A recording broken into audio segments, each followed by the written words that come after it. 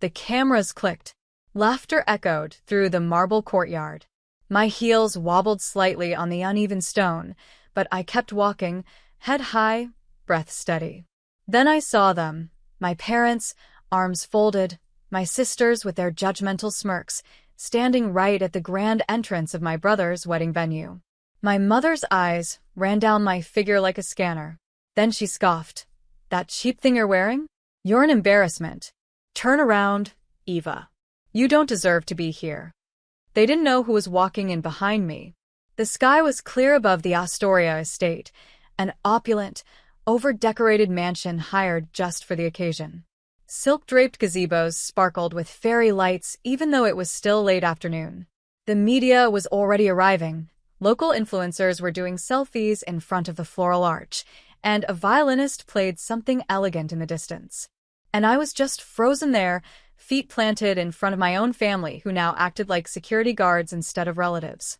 "Eva," my father said, his voice razor-sharp, "this is not a thrift store gathering. This is Alexander's wedding. Don't humiliate us." I was wearing a simple, navy blue wrap dress. Not designer. Not trending on Instagram. Just something I bought with my own hard-earned money, tailored to fit me, not to impress anyone. My sisters were clad in shimmering gold gowns that probably cost more than my monthly rent. I swallowed. I could feel my chest tighten, but I refused to cry, not in front of them. "Dad," I said softly. "I'm his sister. I'm your daughter. I came here to celebrate." "Celebrate?" My oldest sister, Amelia, laughed. "You look like the help. Don't be ridiculous." My other sister, Claudia, added with a nasty grin. "Don't worry, Eva. Maybe you can serve drinks inside. That dress is perfect for it." A few guests near the entrance turned to watch. I could hear whispers. I felt like I was shrinking, getting smaller and smaller by the second. My hands curled into fists inside my purse. "Please," I said, trying to keep my voice from breaking. "This is Alex's big day. I'm not here to cause anything." "You already did," my mother snapped. "Look at you. You don't belong here, Eva. You've always been the odd one. The plain one. The one who chose to work with books and children instead of building a name. And now you've shown up to a high society wedding looking like that? People will think we dragged you out of a thrift bin. Step aside." My heart shattered. But then everything changed. A calm, low voice cut through the tension like a knife. "Excuse me." All heads turned. He walked up the stone steps slowly, but with a grace and power that instantly drew every gaze. Black tuxedo, polished shoes, crisp white shirt, strong jawline, hair slightly tousled by the breeze. He looked like he'd stepped out of a Vogue cover, but he wasn't arrogant. His presence didn't scream money. It whispered control. And he came straight to me. "Eva," he said gently, touching my arm. "Are you okay?" My father stepped forward. "Who are you?" "This is private. Please leave." That's when the corners of his mouth lifted into a polite but chilling smile. He reached into his inner coat pocket and pulled out something. A black card. A single gesture, almost casual, as he handed it to the nearest wedding coordinator. "I'm not here by accident," he said. "My name is Adrian Kalin. I believe I'm listed as a +1 for her." My sister stared at him as if struck by lightning. My mother's jaw fell slack. But it was my father's face that changed completely as the coordinator gasped softly and nearly dropped the card. You're that Adrian Kalin?" she whispered. The name echoed. Kalin Industries, one of the largest private tech empires in the country. And their CEO, Adrian Kalin, was not only elusive but intensely private. No photos on social media. No interviews. Rumors swirled about his fortune, but nothing was confirmed until now. The coordinator stuttered. "Please come in, sir. You, both of you. You're more than welcome." And just like that, the rope separating the elite from the embarrassment was pulled away. Adrian turned to my father, still calm, still polite. "She didn't deserve to be here?" he asked quietly. "Interesting. Because in my eyes, she deserves everything." The silence was deafening. I could feel my parents' pride unraveling thread by thread. But Adrian wasn't done. He turned to me, gently brushing a strand of hair away from my face. "I told you they wouldn't understand your worth," he whispered. "But I came anyway, because I want the world to see it." Then he offered me his arm, and I took it. As we stepped through the entrance, leaving my family speechless and gaping behind us, I looked over my shoulder one last time. And that's when Adrian said it, softly, but loud enough for my father to hear. "By the way, Eva's going to be co-chairing the next Kalen Foundation project. So, the next time you try to shame her, make sure you're not asking for a grant from her first." My father's mouth opened slightly, but no words came out. He just stood there, frozen, like a man who just realized he underestimated the wrong daughter. The grand ballroom was glowing with golden chandeliers and rose-colored light, but all I could feel was the heat of eyes on me, watching, whispering, speculating. My fingers clutched Adrian's arm just a little tighter, not out of fear, but disbelief. How did this man, this untouchable, mysterious billionaire, choose me? And why now, of all days? As we walked in together, heads turned, conversations halted. But it wasn't until Adrian stepped onto the stage and asked for the microphone that everything truly exploded. We didn't sit at the back. We didn't linger in the shadows. The wedding coordinator personally led us to a seat 2 rows from the bride and groom, right in view of everyone. She bent forward and whispered, "If you need anything, just nod." Adrian smiled kindly and nodded back. But I could feel it. That room was a furnace now. My sister's eyes were daggers. My mother was clutching her wine glass like she wanted it to shatter. My father, still outside, hadn't stepped in yet. Maybe he couldn't. Maybe shame welded his shoes to the marble. I took a breath, but it trembled on the way out. "Adrian, I didn't know you were coming. I thought." "I wasn't going to," he said, voice low. "But when you told me about this wedding, about how they treated you, something inside me snapped.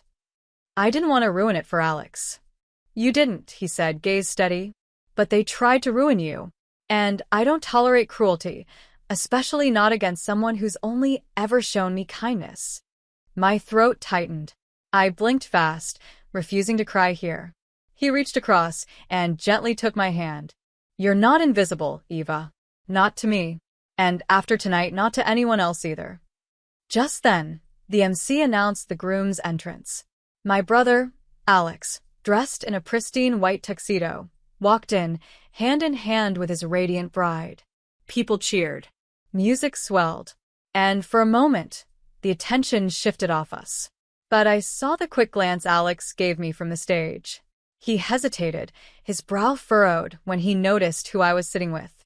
Then he turned back, the moment passing. Dinner came next, then toasts. One by the bride's father. Then the maid of honor, Claudia.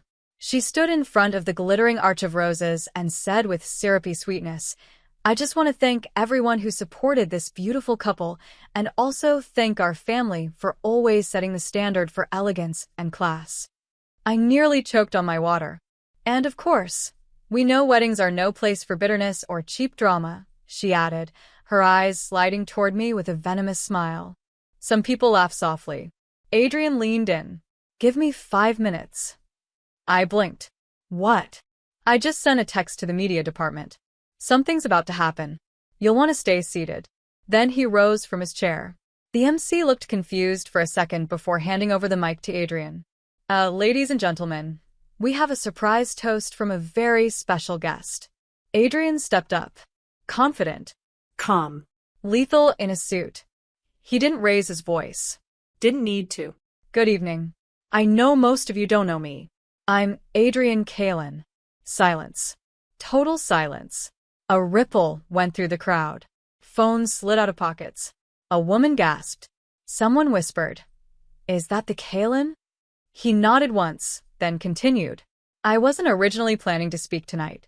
But after what I witnessed at the entrance, after hearing how some family members were treated, I felt compelled." I froze. So did Claudia. "So let me be clear," Adrian continued. "Eva, my guest, my partner, my future, is the most valuable person I know. She's not wearing a designer label tonight. She didn't arrive in a luxury car. But she's more elegant than any person I've met in this room. A gasp. And just so you all understand, she's not just my date tonight. She'll be managing a $20 million youth literacy initiative under the Kalin Foundation. She'll be choosing who we partner with, what schools we sponsor, and which organizations we fund. Now people were really paying attention. And one more thing, he said gently. Anyone who thinks money defines worth, you're already bankrupt. He handed the mic back and returned to his seat beside me. I couldn't speak. I couldn't even breathe right. Tears spilled silently down my cheeks, but for once, they weren't from pain. Claudia sat down slowly, like her knees might give out. My mother whispered something urgently into her husband's phone, probably searching Adrian up. My sister Amelia looked like someone had thrown cold water over her perfectly styled curls. Then, slowly, my father entered. He scanned the room, found me, saw Adrian beside me, his eyes locked with mine, and for the first time in my life, he looked afraid to speak. Adrian leaned over. He's not angry. He's processing. That's what men like him do when the power dynamic flips. Quiet rage. Frozen pride. What do I do now? I whispered. Adrian gave a small, kind smile. Nothing. You've already done it. And I realized he was right. I didn't need to scream, fight, or beg for space anymore. I was the room. The music played, people danced, and champagne flowed. But none of it touched me. I sat with Adrian, my hand still in his, my thoughts racing. I felt seen for the first time in my life. But that spotlight burned. My family hadn't said a word yet, but I could feel them circling like wolves trying to find a way to recover from humiliation. Then I saw Alex, my brother, approaching with a tense look. What he said next pulled a string I didn't know was still attached to my heart. Eva, Alex said, stopping beside our table. Can we talk? Just you and me. Adrian gave me a quick glance, checking I was okay, but I nodded. We stepped out into the quiet hallway beside the ballroom. The music was muffled, but the tension wasn't. I folded my arms tightly, not to guard myself, but to keep from crumbling. I was still that girl who used to fix Alex's bow ties before school. Still the girl who helped him write his college application when no one else cared. And yet, until this moment, I didn't even know if I still mattered to him. I didn't know they said that stuff to you, Alex said softly. About the dress. About turning you away. I didn't speak. He sighed. I saw you out there for a second. I was caught up in things. That's the thing, I said, voice low. I'm always the one people forget until they need something. He looked hurt. That's not true. Isn't it? I stared at him. They laughed at me, Alex. Our sisters mocked me like I was dirt. Our parents told me I didn't deserve to be here. And you didn't say a word. He leaned back against the wall, guilt pulling down his shoulders. I'm sorry, he said finally. You didn't deserve that. I know I've been blind, Eva.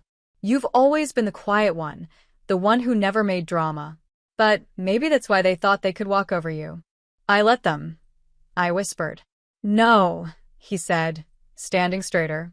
They just never saw your strength. I didn't expect the tears that stung my eyes again. I hated crying at this damn wedding. Eva, Alex said, his voice gentler now. That guy, Adrian, he loves you, doesn't he? I nodded slowly. He changed the way everyone looks at you tonight. But I hope you know you didn't need him to be important. You always were. That broke something in me. A wound that had been quietly bleeding for years finally began to close. I just wanted to matter to you, I said quietly. You always did. We hugged. For the first time in years, it felt real. But just as we pulled apart, I saw our mother standing at the end of the hallway. Her arms were folded, her expression unreadable, but her eyes, sharp, calculating, were locked on me. Eva, she said flatly, your father wants to speak with you. In private. I stared at her for a moment, then followed her down a narrow hall to a private lounge behind the venue. Adrian watched me from the doorway. I gave him a small nod to say I was okay. Inside, my father stood like a statue, a glass of scotch in his hand, untouched. He didn't speak right away. He stared out the window into the garden lights outside. Then finally, "Do you have any idea what you've done?" My chest tightened. "What I've done? You brought a man like that here and embarrassed your family." "I didn't embarrass anyone," I said firmly. "You did that all on your own." His jaw flexed. "Eva," he said, struggling to keep his composure, "we raised you with standards. Discipline. We expected a certain future for you." "No," I said coldly. "You expected me to disappear, to stay small, to be quiet while you poured money into Claudia and Amelia's dreams, while I worked 3 jobs just to survive." He turned. "What do you want from us? An apology?" I stood straighter. No. "I don't want your apology. I want your understanding." He scoffed. "You want to play powerful now that your boyfriend is rich?" I smiled. "I'm not playing anything. And he's not just rich. He's kind. He's the first person who's ever told me I mattered and meant it." My father blinked. "You really think you're above this family now?" I stepped closer, my voice quiet but sharp. No. "I'm not above anyone, but I'm done being beneath them." Silence. He lowered his gaze. For the first time in my life, he had nothing to say. That's when Adrian stepped into the room. "I hope I'm not interrupting," he said calmly. But Eva's needed at the reception. Her seat's at the head table now. My father stared at him. Adrian held his gaze. Then something strange happened. My father nodded. Not mockingly. Not with sarcasm. But like a man finally realizing the truth. That power wasn't in wealth or ego, but in the respect that Eva had earned without ever raising her voice. As I walked past him to leave, he said softly behind me, "You were always stronger than I gave you credit for." I didn't turn, but my heart did something strange. It healed. Just a little. I returned to the ballroom changed. Not by the dress, not by the spotlight, not even by Adrian's presence, but by the realization that I no longer needed their approval. But people weren't done with me yet. Claudia approached, heels sharp, eyes sharper, dragging her entitlement like a wedding veil. She wasn't ready to give up the spotlight, and she definitely wasn't ready to let me walk away loved, respected, and admired. What she said next was meant to ruin me, but instead, it revealed something that stunned the entire room. Claudia stood beside me like a serpent in satin. "You really think this is going to last, Eva?" she whispered. "That he's going to keep you once the novelty wears off?" I turned calmly. "You know what's funny, Claudia? I never once tried to compete with you. You all did that to yourselves." She flinched, but then she took 2 steps forward, onto the mini stage the DJ had used earlier, and grabbed the mic. "Hi everyone," she said, smiling sweetly. "I just want to say a few more words about family, since tonight has clearly become all about that." The crowd quieted. Adrian tensed. "I just want to remind everyone that some of us have earned our place here," Claudia continued, throwing a not-so-subtle glance my way. "And not because we walked in on the arm of a billionaire, but because we've worked hard, sacrificed, and upheld our family's name." Whispers began. Uneasy. "I'm proud of being a Bennett," she added, "even if others forgot their place." I stood, but Adrian caught my wrist gently. Then he whispered, "Now." I blinked. Now. He nodded toward the back of the room. A tall man in a headset stepped forward, handed something to the wedding coordinator, and within seconds, the projector screens lining the reception flickered to life. Everyone turned, then gasped. Footage began to play, of Eva teaching in a crowded schoolroom, of kids hugging her, of her staying late to tutor, of her organizing food drives, of her fundraising for literacy initiatives that were changing real lives. Tonight, a voiceover said, "We honor Eva Bennett, not just as the newest co-director of the Kalin Foundation, but as a woman who built her own path when others gave her none, who showed us that dignity doesn't come with labels, it comes with character." A pause. "And she's chosen to fund every underprivileged school in this city for the next 3 years, on her terms." When the footage ended, the room erupted. Applause. Cheers. Claudia looked like she'd been slapped by a wave of reality. She dropped the mic. Adrian stood, tugging me gently forward. We didn't say anything. We didn't need to. People came to us now. Respected us. Not because of status, but because the truth had finally drowned out the noise. We left the wedding early, not because we were unwelcome, but because we didn't need to stay to prove anything. The damage had been done. Or maybe something better. Maybe healing had begun. As Adrian's car pulled away from the venue, I looked out the window at the home I'd always known but never truly belonged to. And I realized something that changed everything. Revenge wasn't about making them suffer. It was about walking away so powerful they'd never forget who you became. The ride home was quiet at first. Then Adrian said, "I hope it wasn't too much." I turned, smiling. It was perfect. He reached into his jacket and pulled out a small velvet box. My heart skipped. "Don't worry," he chuckled. "It's not that box. Yet." I opened it. Inside was a key. "To our new office," he said. "Your co-chair. Remember? We've got a foundation to build. A city to change. And I'm not doing it without you." Tears filled my eyes, but this time I let them fall. Because for once, they weren't born of pain. They were made of joy, redemption, and something more powerful than either. Respect. 3 days later, I got a call. It was my father. "Eva," he said, voice hoarse. I just wanted to say I was wrong." "I know," I said simply. "I saw what you did. For the schools. For those kids. You didn't just build something for yourself. You became someone we can be proud of." That was all I needed. Not groveling. Not begging. Just acknowledgement. I hung up the phone and walked out to the garden where Adrian waited, barefoot in the grass, sipping tea, sun touching his hair like gold. He looked up, smiled. "Everything okay?" I nodded. "Better than okay." And it was. Because the girl in the cheap dress? She turned out to be the one with the richest heart of all.